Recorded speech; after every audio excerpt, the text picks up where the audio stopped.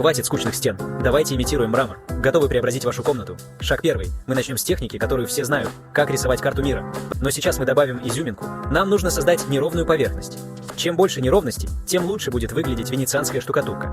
Дальше разводим венецианскую штукатурку водой, наносим ее велюровым валиком и убираем излишки.